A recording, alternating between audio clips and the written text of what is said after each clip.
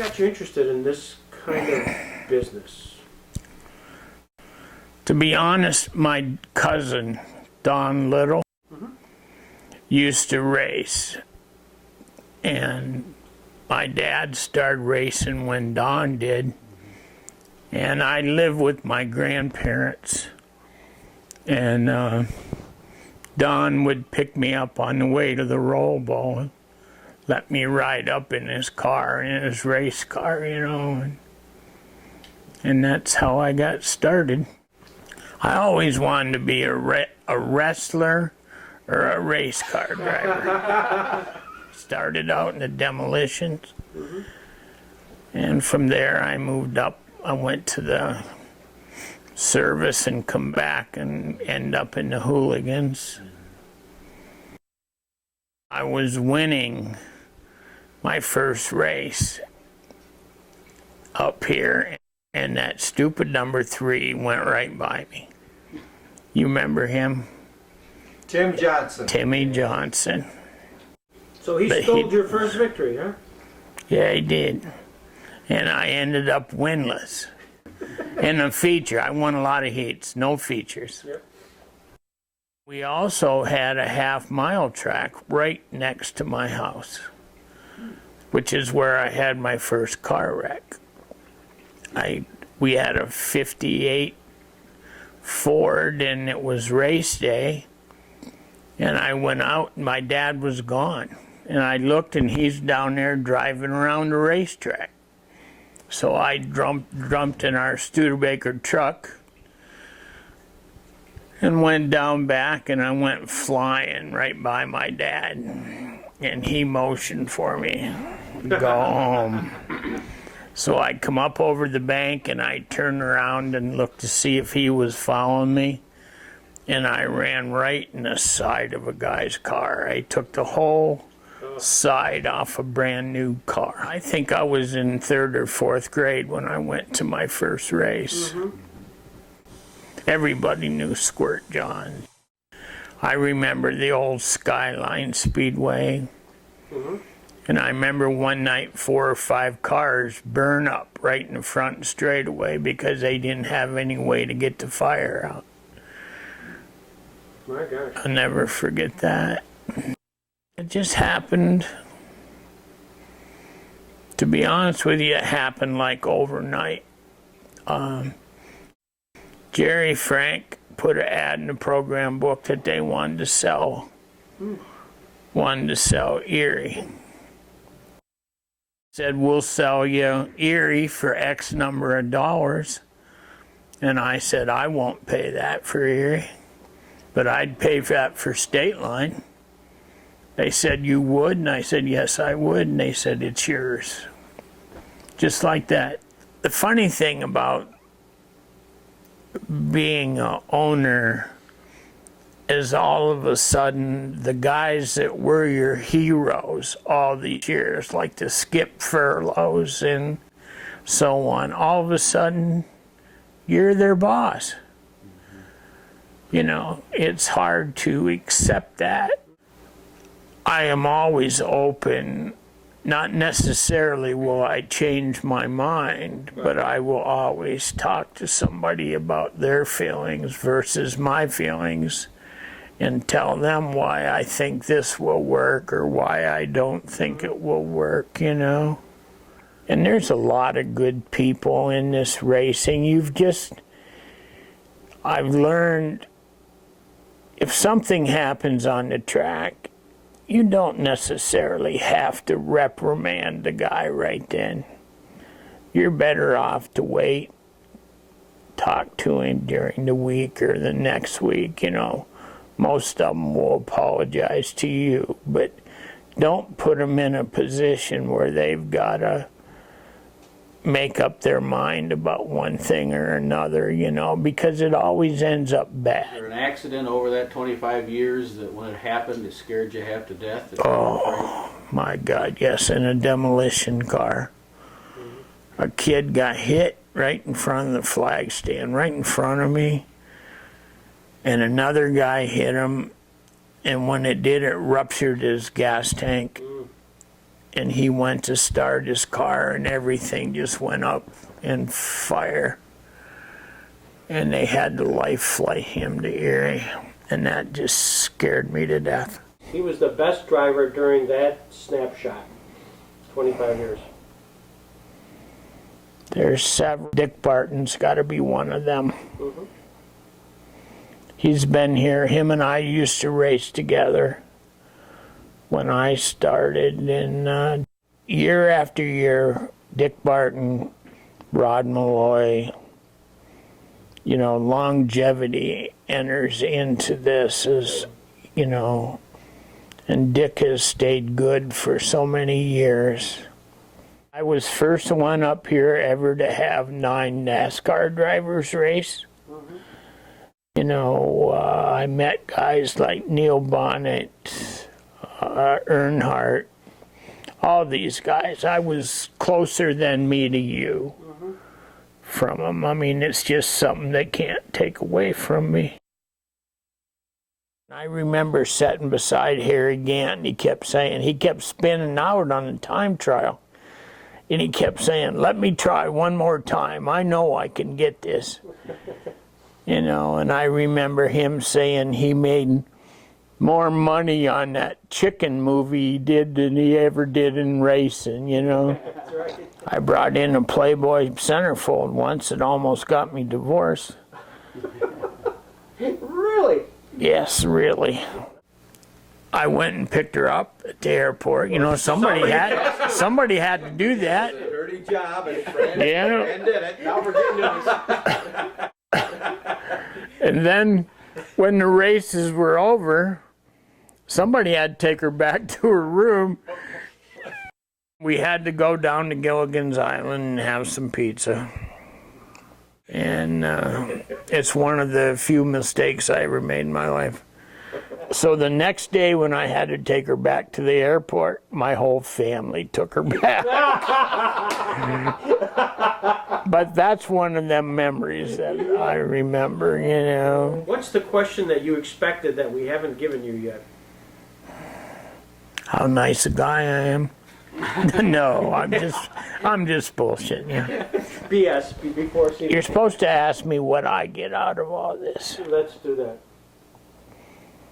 I really don't know. I don't know. I've never been, you know. I tried to stay out. I've never, maybe one time have I ever had my picture taken with a race car driver. Mm-hmm. Memories. And I enjoyed it, you know, and I don't necessarily do what everybody else does. You know, I go out and I make my own decisions. And that's how I've always been, and it's got me this far, you know. Fran Seamens' legacy of this 25 years. What have you done that people will remember as you harken back? Well, Ronnie Blackmer said it once. It's either BS before Seamens or after Seamens, is how he told me when he still raced. And he said it's BS, you know, and I don't know. I just want to keep it going as long as we can, you know. Oh, there's so much happened I couldn't even tell you. You know, most of the stories you hear about me are true. That's the bad thing, you know. That's a good ending. Yeah. Right there. That's the truth. That's going to make the final cut.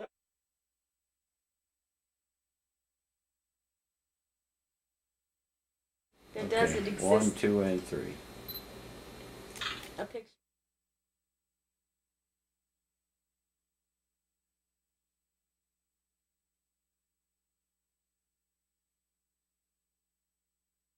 I'd gone down to Dickey Bend and seen some dirt racing. Then they opened Stateline Speedway. So I found me a 48 Hudson, and I welded up a big old roll cage in that thing and what have you. Not for the front seat, but it was in the back seat. I didn't know any better at the time. And we took it up to Skyline Speedway, and me and another guy, we started side by side, first race, first heat, I guess, and he had a 48 Hudson also. And we come to the first turn, and he went straight out into the pits. And I'll never forget that because them old Hudsons, they had like an overdrive in them, so they were kind of freewheeling, like you let off on the gas. The engine didn't hold it back anywhere, you know what I mean? Right. So that's how I got started. We run up the Skyline with that old 48 Hudson. Features, we strung the cable around there. We dug out, me and my ex-brother-in-law, we dug out the number 4 turn that had a bad soft spot in there. We dug it out with a backhoe, and we used pneumatic tampers and tamped the clay back in to keep that turn from digging out and what have you. And we did everything up there, and I built the beer tent for them on the back stretch. I guess it's still there as far as I know. Squirt Johns and Snars, Bobby Snars, he was consistent winner. Gentleman Jim Patrick come in from Conneaut, Ohio, and run a few races. He was always good when he run. Tom Dale, he was a hot shot. He come in there, back when we was running. First wreck I had was in the number 2 turn at Stateline. I hit a car broadside. We was in a broadside sliding through there, and I hit another car because he stalled right there, and it hit so hard that it narrowed my car up a foot.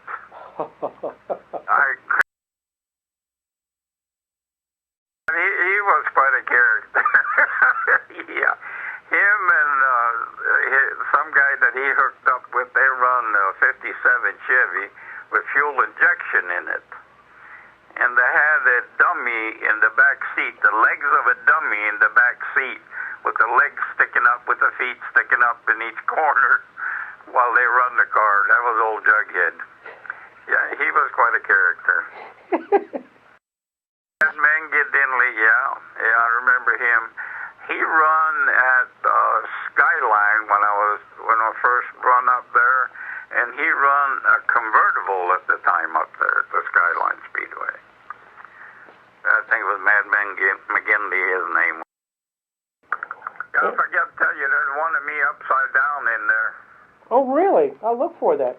Yeah, look, there's one where you can see where I'm hanging, and it looks like it's the right side up, but it's actually, I'm driving a 57 Chevy for Floyd Finale at the time, and it's in there upside down. You'll see a picture upside down, and you'll see my helmet and what have you, and recognize me.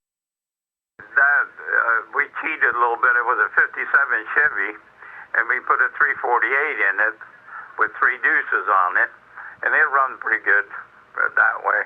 It was a little illegal because you couldn't put a 348 in a 57 because they didn't come out till 58. So probably my best year of racing when I run that 57 Chevy for Floyd Finale. I think I finished 4th in the points or something that year. That 56 Ford actually run Daytona Beach. Really? Kenny Johnson had that car, and Busink was the sponsor, and they run that thing in 55. It was a 55 to start with. I made it look like a 56 Crown Victoria by painting the stripes on it and what have you, because Stateline had the rule you had to run at least 3 years current car. So I made it a 56 so I could run it another year. But I bought it from Kenny Johnson, and I raced that up there. What other tricks did you guys use during those old days? Oh, anything you can think about. I welded up spindles and did this and that to put heavier brakes on, and it isn't like it is nowadays where you go out and buy all these parts. We were all best friends, real close-knit friends. We partied together, and on off weekends or whatever, we had a party. Have corn roast, wiener roast, or something like that. I remember having one in my house where we stole field corn and built a big old bonfire in the yard, and everybody partied after the races usually, you know.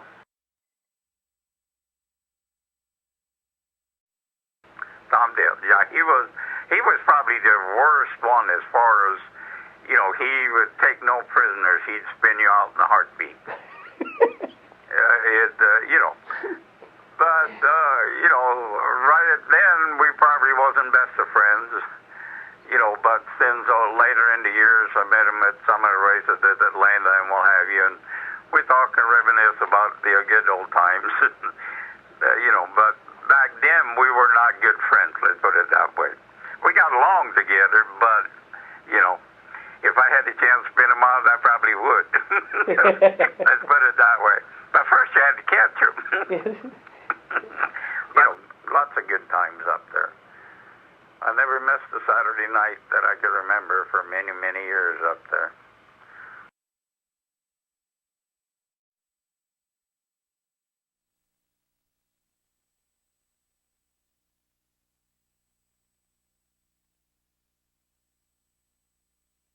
But we used to be up there every Saturday, and of course used to hear Lloyd give us the great start. Well, good evening, ladies and gentlemen, and welcome to Stateline Speedway. You know, he'd have that sort of draw.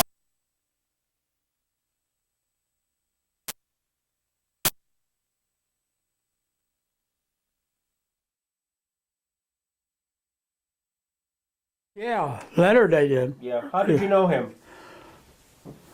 Well, he used to work down at the shop where I did, Ah, where's that? Where was that? down at the forge. Okay. Leonard worked at the forge too? Huh? You say Leonard worked down at the forge? Yeah, I didn't know that. yeah. He worked there a little bit, Did he? but then he was a pretty good electrician, so Right. he didn't stay too long down there. And then they started with the racetrack and that up there. See? So your first opportunity to do any racing was at Stateline. Yeah, What was your number? Do you remember your car number? 40. Those pictures were about 1959. And did you just race there 1 year, Herb? Do you remember? Yeah, about 2 years, 2 years? a little bit part-time. Yeah. Well, I had another fellow, he was quite older than me, but he used to work on them a lot, you know. Try to get the bugs out of them, you Right. know. Yeah. And once you got the bugs out of them, is that when you decided you'd try to go to Stateline and race it? Well, yeah, and then we keep trying, have problems, then we try to cure that, you know, and go on with the other one, you know.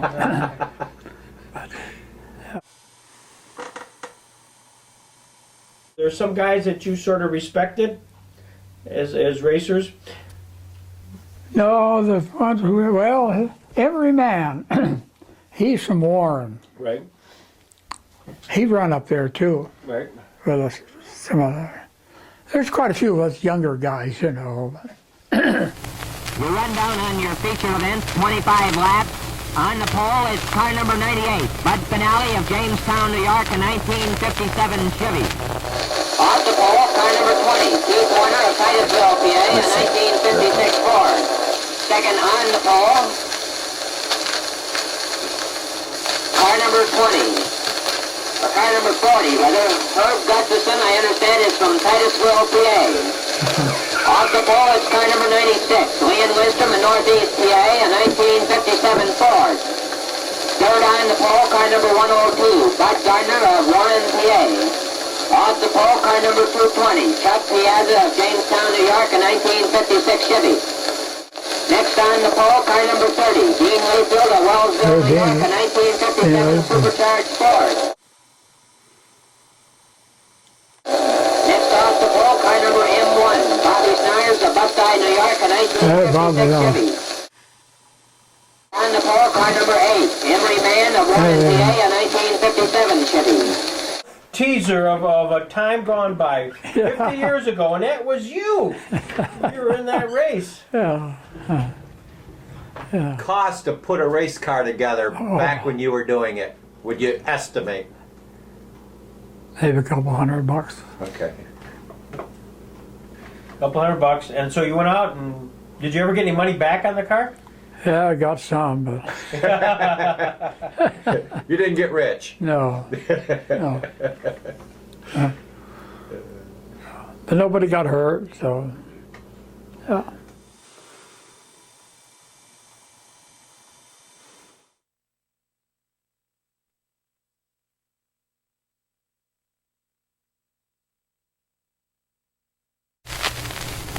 We run down on your feature event, 25 laps.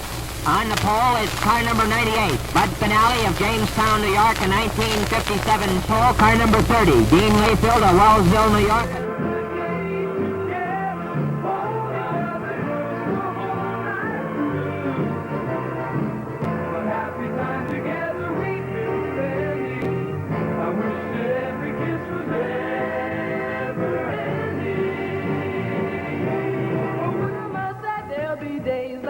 There'll be days like this, Mama said.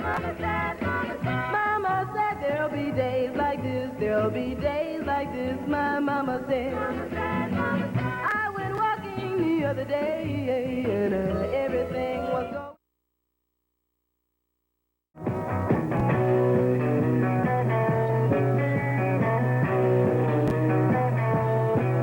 In 1956, when you were actually had that great success against Dean, what Yeah. was Dean saying to you? Well, it's kind of funny. Al Basson, a friend of ours, was an announcer at Wellsville and 2 or 3 different tracks. And in 1955, every time he'd introduce us out on to go racing at the start of the race, he'd say, "There's Dean Layfield in his famous 9/16, and Herb Layfield, Dean's brother Herb, in 48. Then in 56, he started announcing, and there's Herb Layfield in number 48, and Herb's brother Dean." In the 9/16. It didn't really set all that good with him.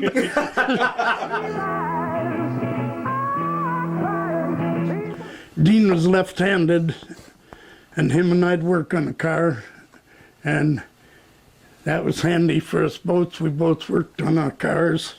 I worked on his, and he worked on mine. If we had a good idea, if I had one, he'd take it. If he had one, I'd take it, and that's the way we was.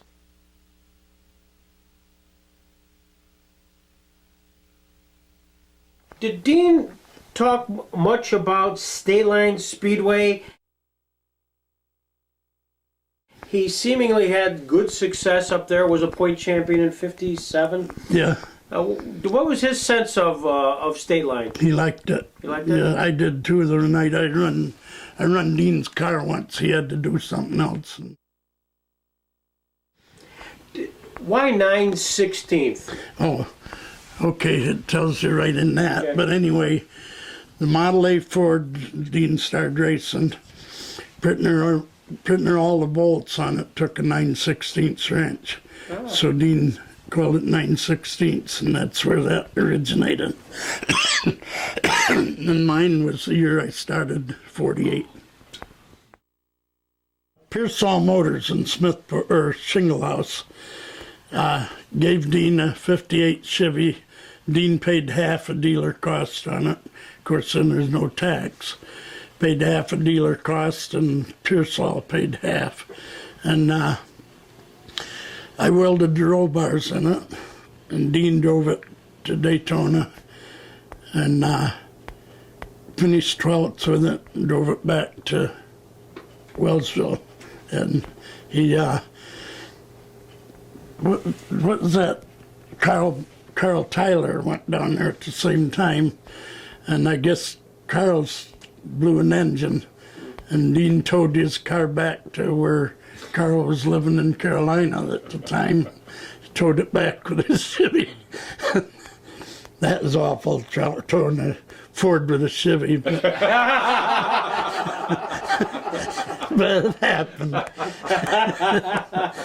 In fact, there's only one time that I really remember spinning the guy out, and the guy had ironed me all year, and finally, in just a mid-season championship, and I know, I still know to this day that the officials and him had that cooked up because they didn't want me to be high point again that year, and he ironed me, and so I spun him kind of like a button on an outhouse door.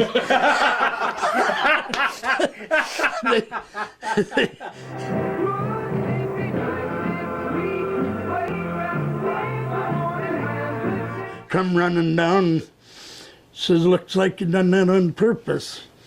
I says, "Better damn well believe it." I said, "Look that way from where I sat too." They said, "Well, then you did do it on purpose." I said, "Yeah." Dean died untimely.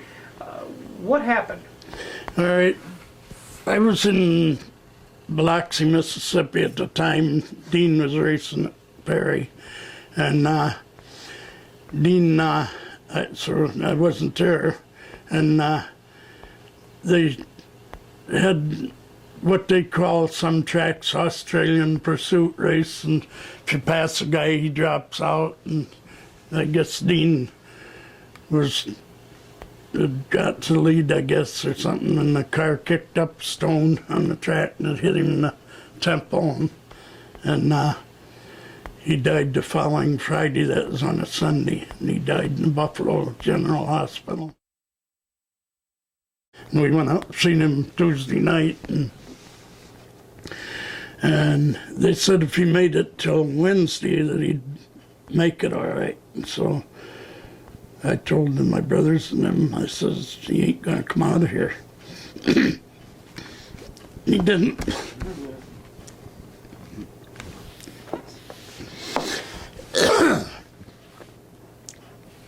Yeah, he died that following Friday in Buffalo General. Mm-hmm. What was the reaction within the race community, Herb, of that?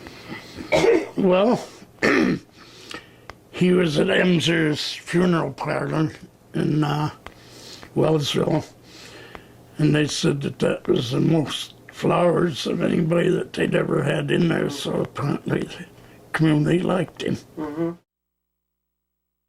A bit of showmanship in Dean's driving?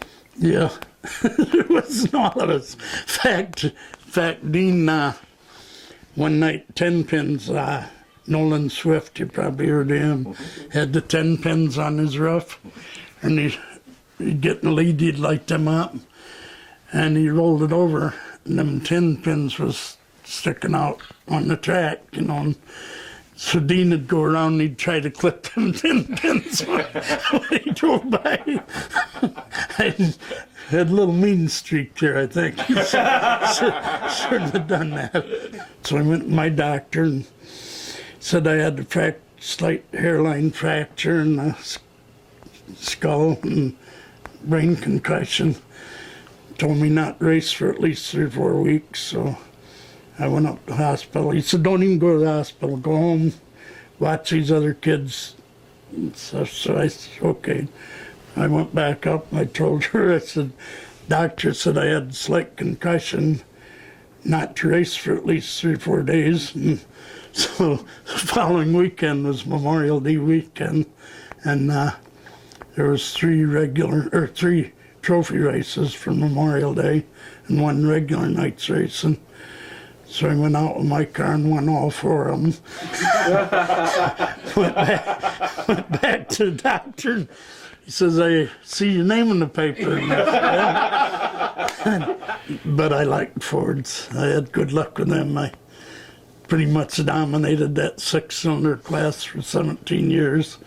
Won 19 championships, 17 high points, 273 features altogether.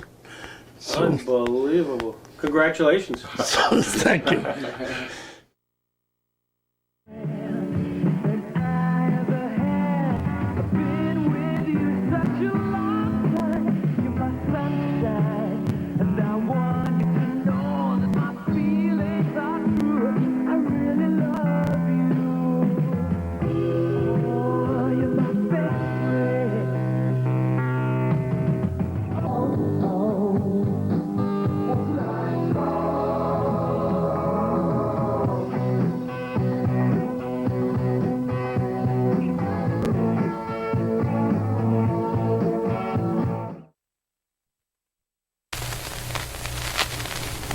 You run down on your feature event, 25 laps. On the pole is car number 98, Bud Finale of Jamestown, New York, a 1957 Chevy. Next on the pole, car number 8, Emery Mann of Warren, PA.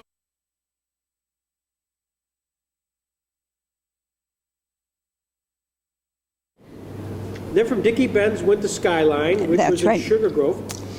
What do you recall about that track? Well, it was longer than Dickey Ben, and it was wider than Dickey Ben. And I remember that the competition was fierce.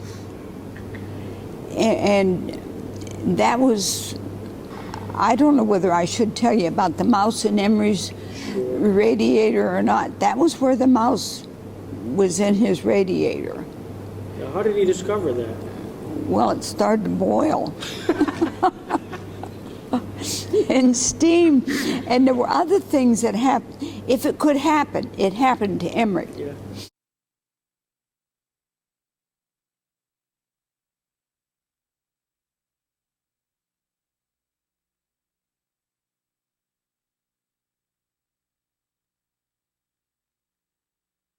You went to Skyline, and Gordon took pictures at Skyline. didn't he? Yes, yes.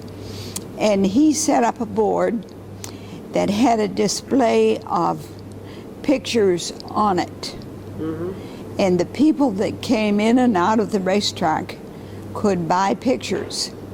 And I sat with the board and sold the pictures. Because clearly he was on the inside. He was on the infield. Infield, yeah, in the infield. I mean, there was action going on all over the place. Whether he would position himself on the first turn or the second turn, where you anticipate where there's more likely to be action. Did he talk to you at all about his strategy? No, he didn't have one. He ran from place to place. Did he? Yes. Okay. And he didn't, if there was an accident, if there was a great pileup, he of course ran to it.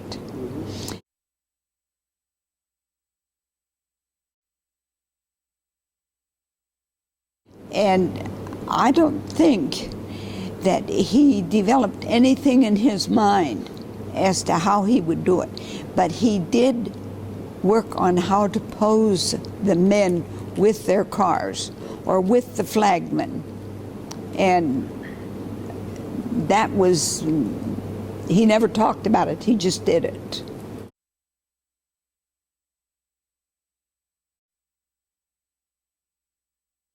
Did he have a favorites? Did he come back and say, once again, Bobby Schneider, Squirt Johns? Did he talk about any of the guys more than others? Well, nobody was supposed to win except Emery. So he was very biased. Yes, there was nobody to talk about. Fair answer. In later times, like in 57 and 58, and when he moved over any of the tracks he went to, if I listened and didn't talk to people around me, I could tell how his motor was running. And Gordon knew this. I would tell Gordon before the race ended whether Emery was going to, whether he was going to place in the first 2 or 3 or not, because my ear was tuned to what his car should run like, and I think it had to do with the one being built in our garage, that I had learned what sound he wanted.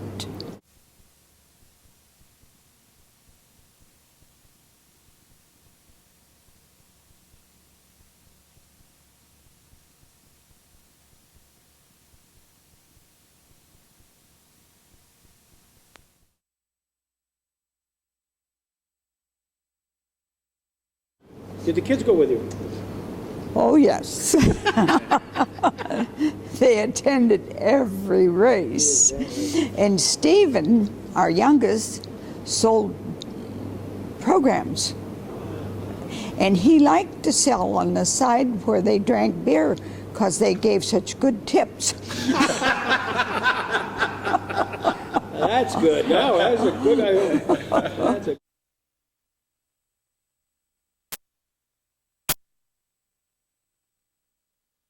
Did Dad ever let him on the infield with him? Oh, no. No, they never went to the infield. Well, Dave did when he was 3 months old because the car was parked in the infield and he laid on the back seat. And whenever the car, if he cried, when the cars would start to run, he would quit crying. And they were like his lullaby. He'd go to sleep then. I'm visualizing, so the Gordon man car was parked in the infield. That's where he had his equipment. He brought it out of the car, and you had David in the back seat. And I wasn't with them. Women weren't allowed in the pits.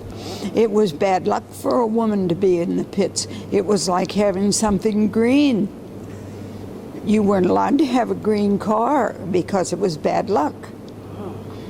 And I don't think Emery even sold green cars.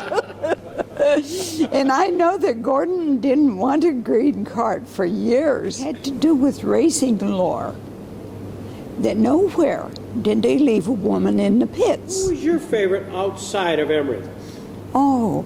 When you sat there and you watched these cars going, every once in a while you had to root for somebody. I liked Don Bailey. Don Bailey.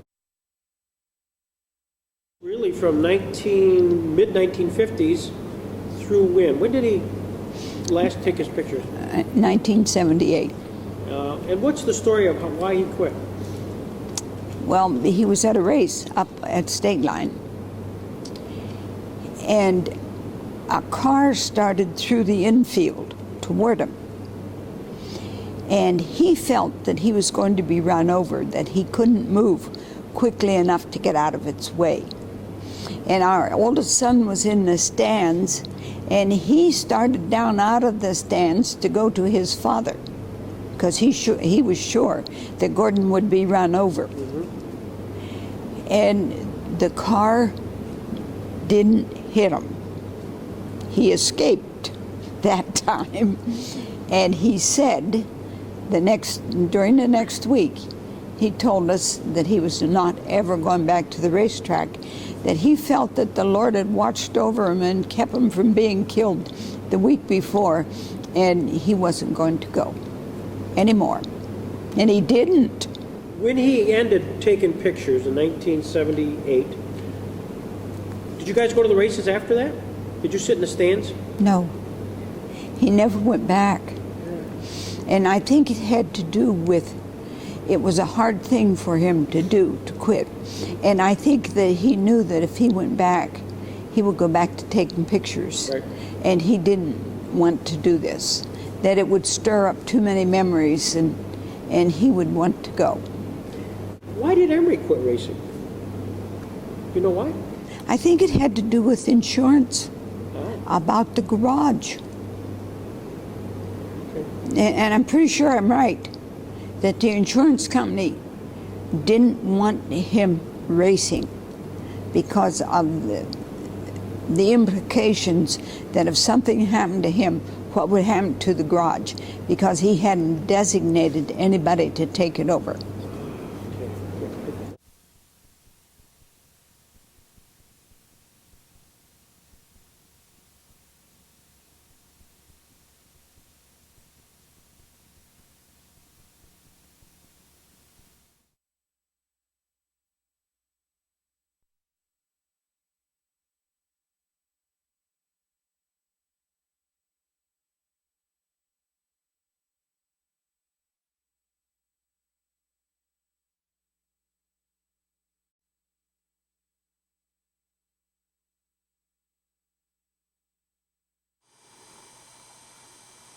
Marv was a flagman. He got out the first year, and the reason why he got out is he couldn't spend much time. I think it's about that time he got in that business down there in the garage. Lloyd took care of the publicity, getting the stuff in the newspapers and stuff like that. He'd go out and put out flyers and stuff like that. Leonard Briggs' role? Well, basically, he could stir up trouble. He's an electrician. He did a lot of electrical work, and he did the inspection on the cars. What was Don's role? Well, I think his role was basically helping me. Don got to the point where he knew exactly what my right hand was doing. What's the genesis of the idea of creating a track up on Courtright Road? Well, we'd built a racetrack on the other hill in Pennsylvania there, Skyline. Okay. We'd more or less, all of us guys had built that track. And it was on this one guy's property, and they had some problems. And so Marv was the flagman, Lloyd was the announcer, Leonard, he was what he was at Stateline, more or less took care of the rules and stuff, and he was a partner up there. And I was just a young kid, probably about, at that time, 15, 16. And I just had hauled a lot of water onto the track. We run Sunday afternoon. Did you? And that's how, and my brother worked different things up there. And we just kind of formed that group and then went over on the other hill and bought that property.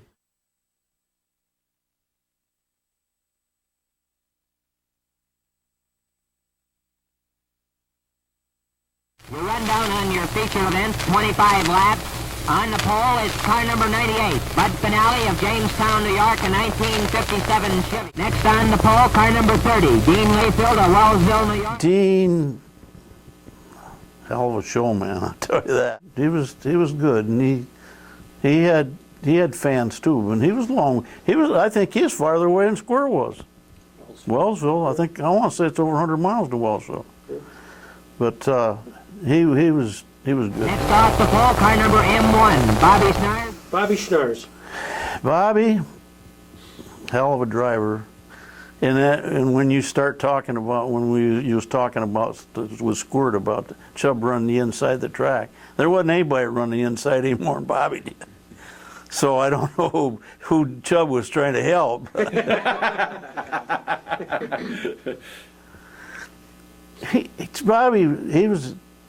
I think Bobby probably drew a lot of fans because he's a winner. But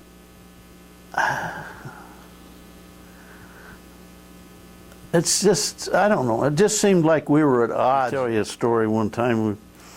It was about noon on a Saturday, and me and my brother was going to Jamestown. I don't know if we was going up there to eat or what we was doing. But we met Bobby and Frosty and I don't know, probably some of the other Snars boys. Met them right there going into Busti. And, I don't know, one of them says, wave, wave, wave to Bob. We must have been feuding at the time or something. And he waved, and it was Don and me. We always got a big kick out, told that story a lot of times. I'll rush only car number 4 on the move. Here it is, the checker flag and the win. Bobby Stars. Here he is, the terrific job of driving his second feature event of the season. What do you say, a big hand for Bobby Stars? Nice going, Bobby.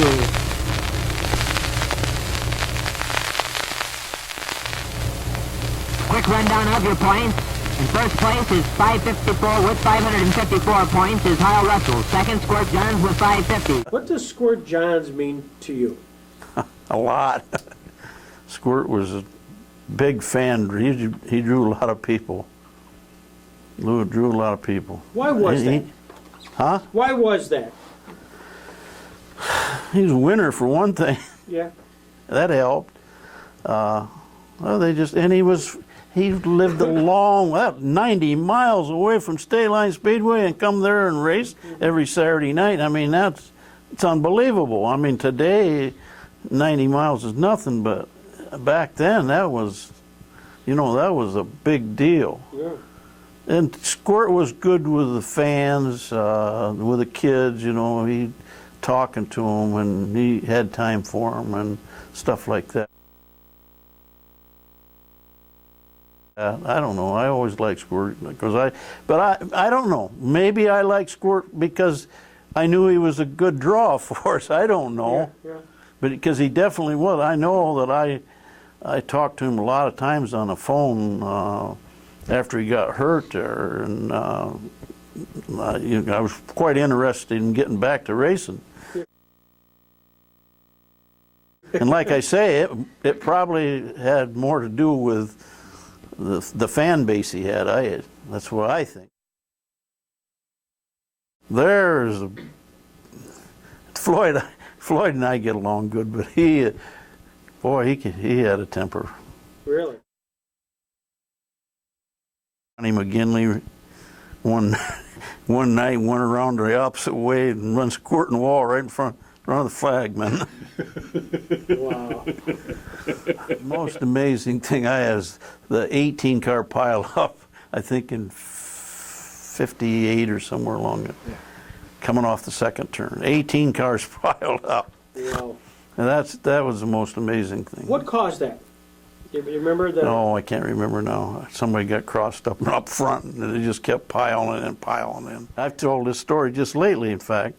We had this lady got this promotion clear over in the back street. You know where the line of cars up at Erie now? And she was 150 feet in the air dancing on this little thing.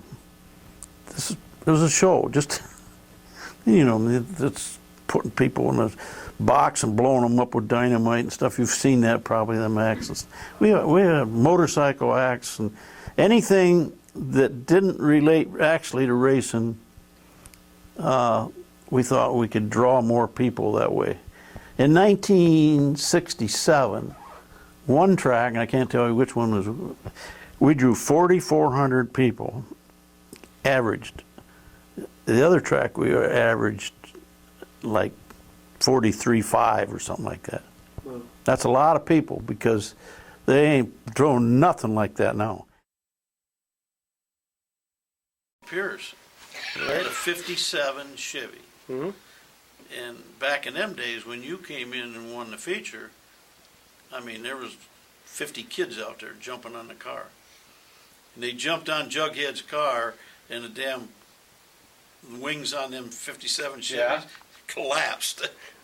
That made him a bonus, see, because he had a new car. All he done is taking the 56. 56 Chevy, made up some wings? Yeah, made some out of cardboard. Honest to God. Yeah. Out of cardboard. Yeah, they were out of cardboard. That old Jughead, he was something, wasn't he? Oh, yeah.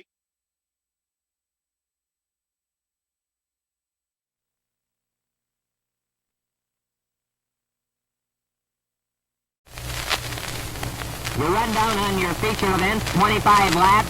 On the pole is car number 98, Bud Finale of Jamestown, New York, a 1957 Chevy. Car number 4, Hyle Russell of Kane, PA, a 1956 Chevy. Quick rundown of your points. In first place is 554 with 554 points is Hyle Russell. Was your interest in racing, was that a family interest, or were you the first guy? Hung around Hyle Russell's place. Did you? Down at his station, yeah. And I never went to the track that much with him, but helped him down at the station. I went and hauled one car home for him. Wait, little Hyle Russell here. Hyle Russell was born in Winfield, Kansas. He moved his family to Kane as a boy and has lived there ever since the time including time out for service in the Army. Hyle started driving the old sportsman division at Dickey-Bend Speedway in '46.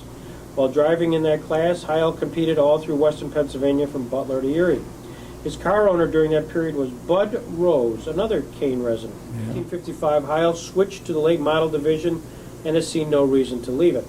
It was while driving for Bud Rose at Dickey-Bend Speedway that Hyle was involved in his worst pileup. He rolled his car completely 4 times on the west turn. His car was completely demolished, and although he escaped serious injury, he was shaken badly enough so that he dropped out of competition for the balance of the year. The story he likes to tell, however, concerns the time he rolled the number off the number 3 turn on the now defunct Stateline Speedway. During a 100-lapper, returned to the track and finished 10th.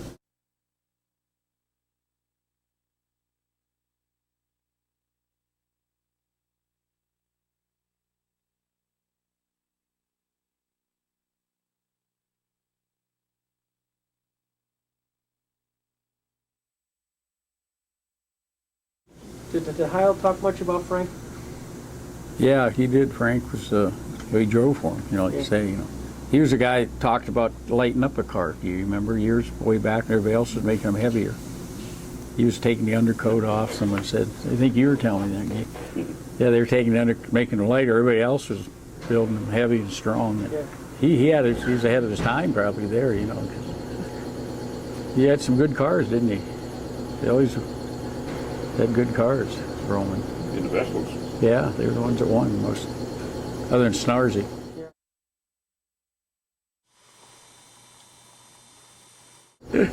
What do you remember about Heil Russell? Just hanging around the garage with him, Yeah, he's a nice guy. Quiet, awful quiet. Yeah, real quiet. He just, he was just thin-built guy. He was, he wasn't a big. Some guys fool you, race car drivers, Like Eddie. Who'd ever think Eddie? Eddie was real. We'd be working on a car, Eddie'd be feeling everything, checking the spark plug wires, and we used to kind of laugh about it, but it paid off a lot of times. He'd be a little fidgety, make sure the plug wires are on. Remember that game? He said, leave it alone. They called Eddie the Candy Man. Remember, he made candy. Yeah, Who are the guys you were looking up to? Bobby Snars. My buddy always told me, just watch what Snars does, and do what he does. That's all you got to do. That sounds easy. Yeah. Which it wasn't. Looked like everybody left home up and let him go, We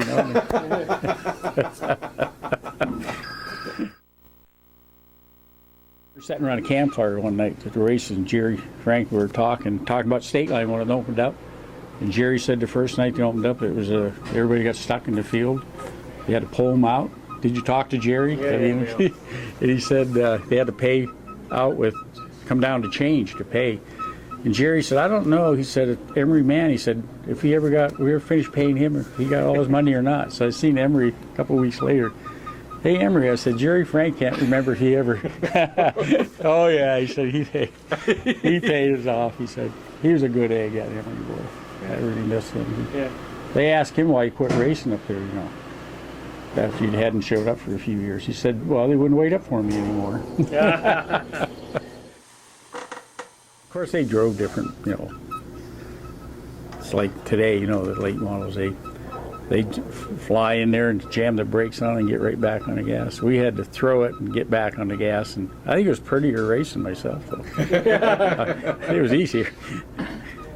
Well, I think the crowd enjoyed it more when you. Yeah. The last guy to try to run that way was Tom Dill, I remember, up Stateline.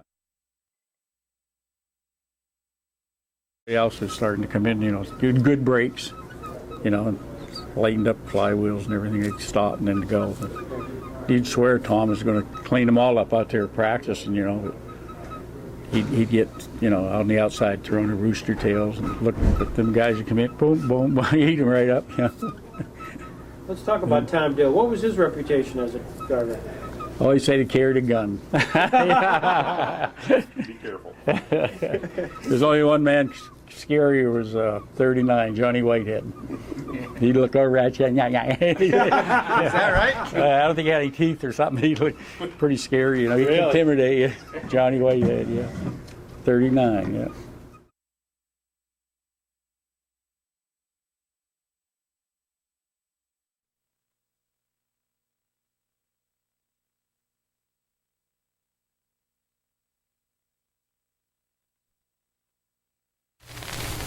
We run down on your feature event, 25 laps.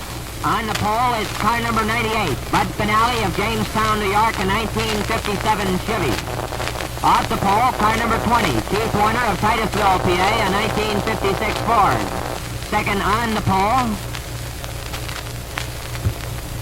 car number 20, or car number 40, rather, Herb Gustafson, I understand, is from Titusville, PA.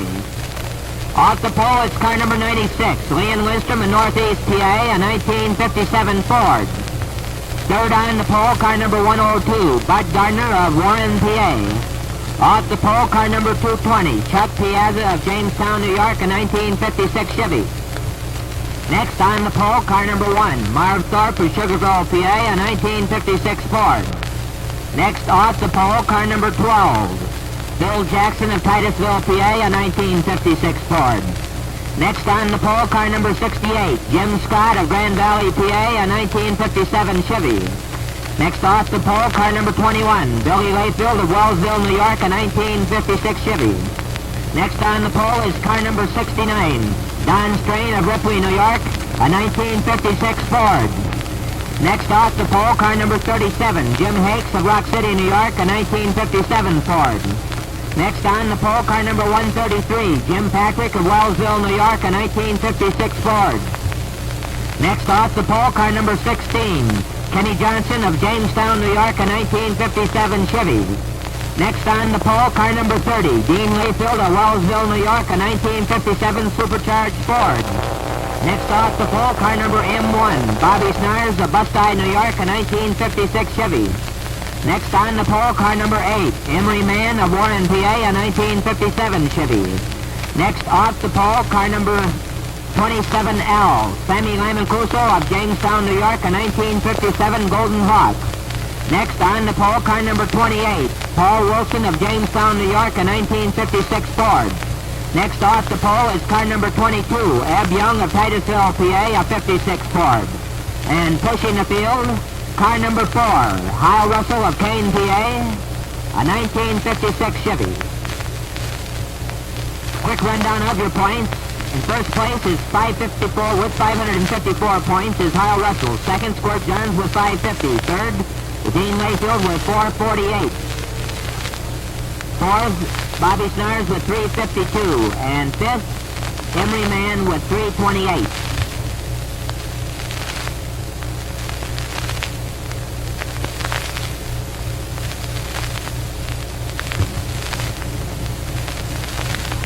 Well, the cars look good from here. We'll see what Jim Ponder thinks of them as they come out of the fourth turn and down the stretch for the start of the feature event. 25 laps to go.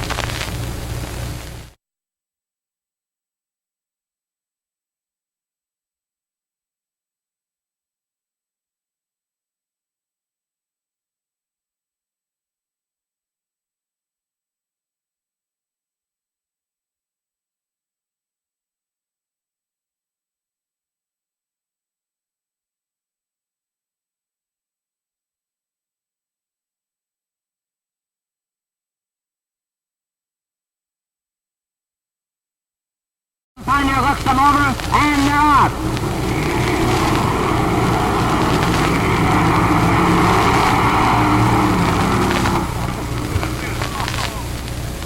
And they're really barreling into the first turn.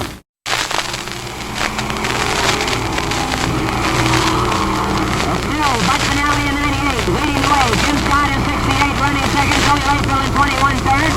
Kenny Johnson now in number 16, fourth. They're barreling into that fourth turn. Jim Scott closing in on the number 1 car. The 98, Bud Finale, still leading the way. Jim Scott in 68 is second. Billy Layfield 21 third. Kenny Johnson in 16 is fourth. Jim Patrick in 133 running fifth. Keith Warner in number 26.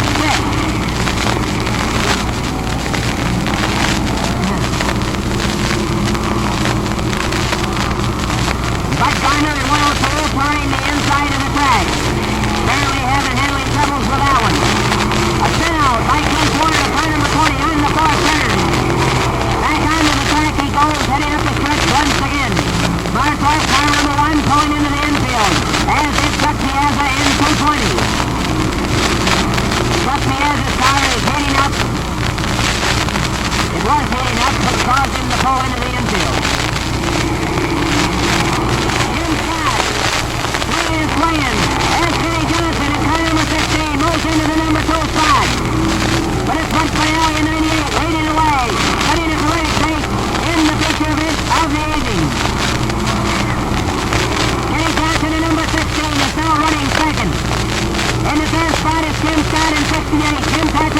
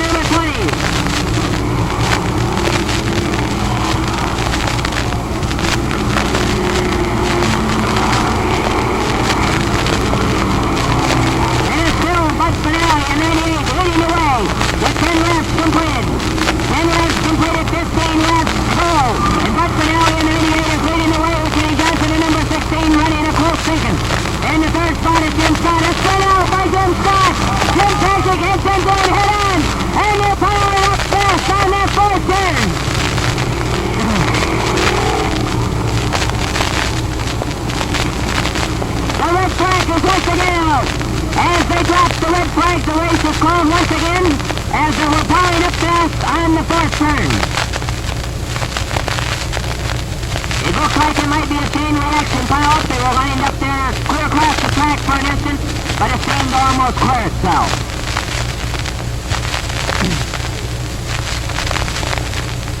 We have them lined up once again, single file, for the second restart of the feature event. Kyle Russell in car number 4 on the move. Here it is, the checker flag and the win. Bobby Stars. And a battle for second. And it is Jim Hakes in 37. Third, Kyle Russell in car number 4. And fourth, Joe Layfield in 21.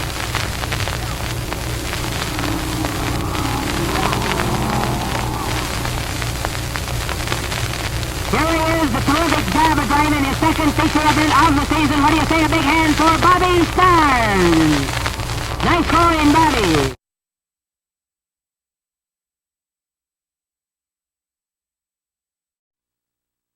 Of course, after the event was over, we'd always wait for the infamous closing to the races, and the famous quote that he always had was, "And remember, ladies and gentlemen, the place to take chances is here at the Speedway, not on the highway."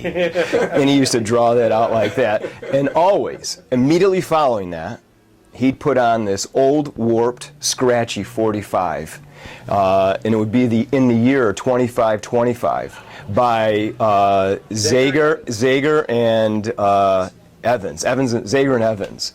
You know, and that song would come on, and we'd be walking to the pits to go stand next to the warm engine of 27L and get warmed up as little kids. And we'd hear that song, and we'd hear Lloyd up there laughing as we gave him a bunch of hell, leaving the grandstands as the Lamacuso pack moving away. But it was a lot of fun and great, great memories.